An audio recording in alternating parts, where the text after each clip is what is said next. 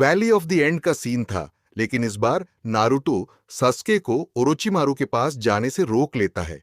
दोनों को वापस कोनोहा हॉस्पिटल लाया जाता है।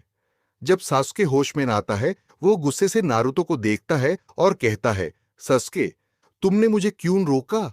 नारुतो उसकी बात का कोई जवाब नहीं देता और चुपचाप वहां से चला जाता है। नारुतो को सास्के की बात बार बार याद आती रहती है। ओरोचिमारू की बातें भी उसके दिमाग में घूम रही होती हैं। सास्के की वो लाइन उससे अंदर तक चुभ जाती है, तुम किसी का दर्द कैसे समझ सकते हो?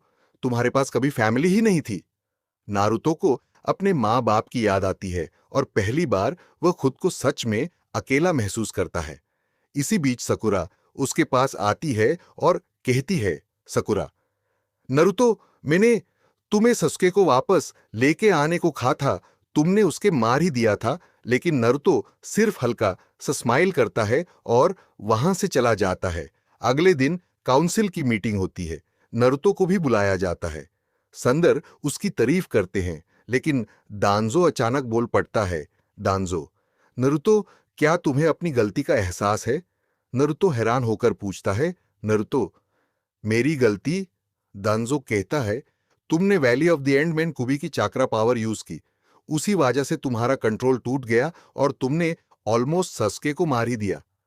नरुतो तुरंत जवाब देता है, लेकिन मैंने सास्के को बचाया था। दांजो उसकी बात काट देता है, सिर्फ बचाया नहीं, तुमने मिशन के दौरान हिडन लीफ के एक एलीट उचिहा को मारने की कोशिश भी की। अगर वह मर जाता तो गांव तुम हमारी वजह से बहुत बड़ा नुकसान उठाता।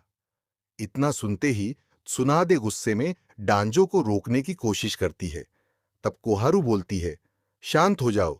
फर्स्ट होकागे ने अपनी रिपोर्ट में लिखा था कि अगर कभी कोई विलेज के लिए खतरा बन जाए तो होकागे और काउंसिल को उसके खिलाफ फैसला लेने का पूरा अधिकार होगा। ये सुनते ही पूरा हॉल खामोश हो जाता है। दांजो के चेहरे पर एक हल्की सी मुस्कान आ जाती है और नारुतो की आंखों में पहली बार अपने ही गांवों के लिए भरोसा टूटने लगता है। काउंसिल के मेंबर्स वोटिंग करते हैं और फाइनल डिसीजन आता है। नारुतो उजुमाकी को कोनोहा से बैनिश किया जाता है।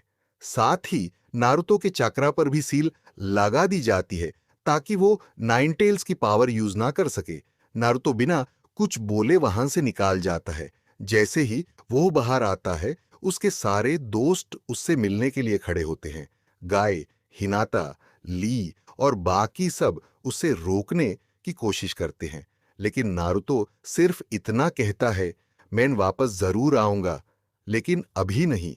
नारुतो अपने घर पहुंचता है और अपनी जरूरी चीजें पैक करने लगता है। तभी से उसकी नजर एक पुराने स्क्रोल पर पड़ती है।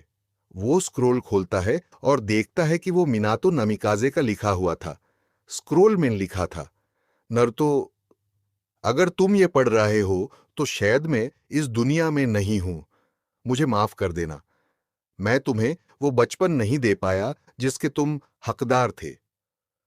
लेकिन एक बात हमेशा याद रखना, मेरे और कुशीना का प्यार हमेशा तुम्हारे साथ रहेगा। तुम्हारे अंदर सिर्फ नाइन टेल्स ही नहीं, बल्कि बहुत बड़ी ताकत छुपी हुई है। एक दिन तुम उस ताकत को जरूर मास्टर कर लोगे। और अगर कभी कोनोहा तुम्हारी बात ना समझे या तुम्हें अपना ना माने तो अपना रास्ता खुद बनाना। ये पढ़कर नारुतो की आंखों में गुस्सा आ जाते हैं। तभी हिनाता वहां आती है। हिनाता धीरे से कहती है, नारुतो, मैं तुमसे अपने दिल की बात कहना चाहती हूं। लेकिन नारुतो हल्का सा मुस्कुरा कर कहता है, मुझे सब पता है हिनाता, लेकिन अभी मेरा रास्ता अलग है। इतना कहकर वह वहां से चला जाता है। हिनाता चुपचाप उसे दूर जाते हुए देखती रहती है। साकुरा धीरे से कहती है, नरुतो, तुम मॉन्स्टर हो। नरुतो बस एक बार मुड़कर सबको देखता है और फिर कोनोहा को हमेशा के लिए छोड़ देता है। जाते जाते उसे अपनी मां कुशिना की आवाज याद आती है, नरुतो, स्ट्रांग बनना, मुझे तुम पर हमेशा प्राउड है। कुछ दिन बाद नरुतो घने जंगल और पहाड़ों से गुजारता हुआ एक अनजान जगह पहुंचता है।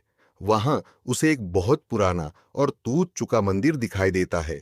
जैसे ही वो उस मंदिर के अंदर कदम रखता है, उसके सामने एक रहस्यमयी आदमी आ खड़ा होता है, वो मुस्कुराकर कहता है, इतची।